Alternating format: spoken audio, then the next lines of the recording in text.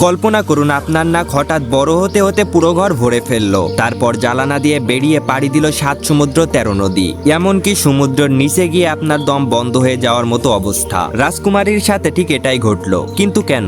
শেষ পর্যন্ত কি হলো জানলে আপনিও অবাক হবেন। গল্পের শুরুটা ছিল সাধারণ, কিন্তু হঠাৎ করেই রাজকুমারীর নাক অদ্ভুতভাবে বাড়তে শুরু করলো। চোখের পলকে নাকটা পুরো ঘর দখল করে নিল। কিন্তু সেখানেই শেষ নয়, নাকটা জালানা দিয়ে বেরিয়ে রাস্তার ওপর সাপের মতো ছুটতে লাগলো। হাজার হাজার মানুষ হা করে এই দৃশ্য দেখতে লাগলো।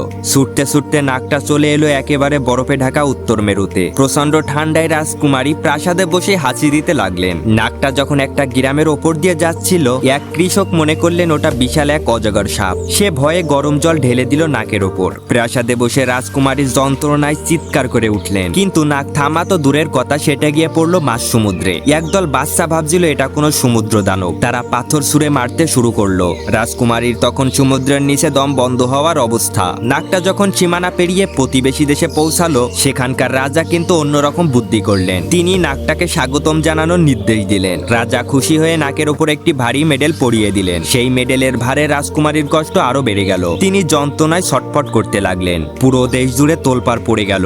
রাজা পৃথিবীর সব বড় বড় ডাক্তার আর কবিরাজদের ডাকলেন। সবাই এলো, সবাই দেখলো, কিন্তু কারোর কাছে এই রহস্যময় রোগের কোনো চিকিৎসা নেই। রাজকুমারীর এই লম্বা নাকের শেষ কোথায়, আর কিভাবে এটা স্বাভাবিক হবে? রাজকুমারীর নাক কি আগের মতো হবে, নাকি এটা বাড়তেই থাকবে? কমেন্টে জানান আপনার বুদ্ধি কি বলে। এই ভিডিওর দর্শকরা দেখুক আপনার মতামত কতটা যুক্তিপূর্ণ। আর পরের ভিডিওতে আপনার যুক্তিপূর্ণ মতামত দেখতে চ্যানেলটা সাবস্ক্রাইব করে রাখুন। আর আপনি এতক্ষণ ভিডিও দেখেছেন মানে আপনার ভালো লেগেছে, তাই একটা ভিডিওতে লাইক করে দিন।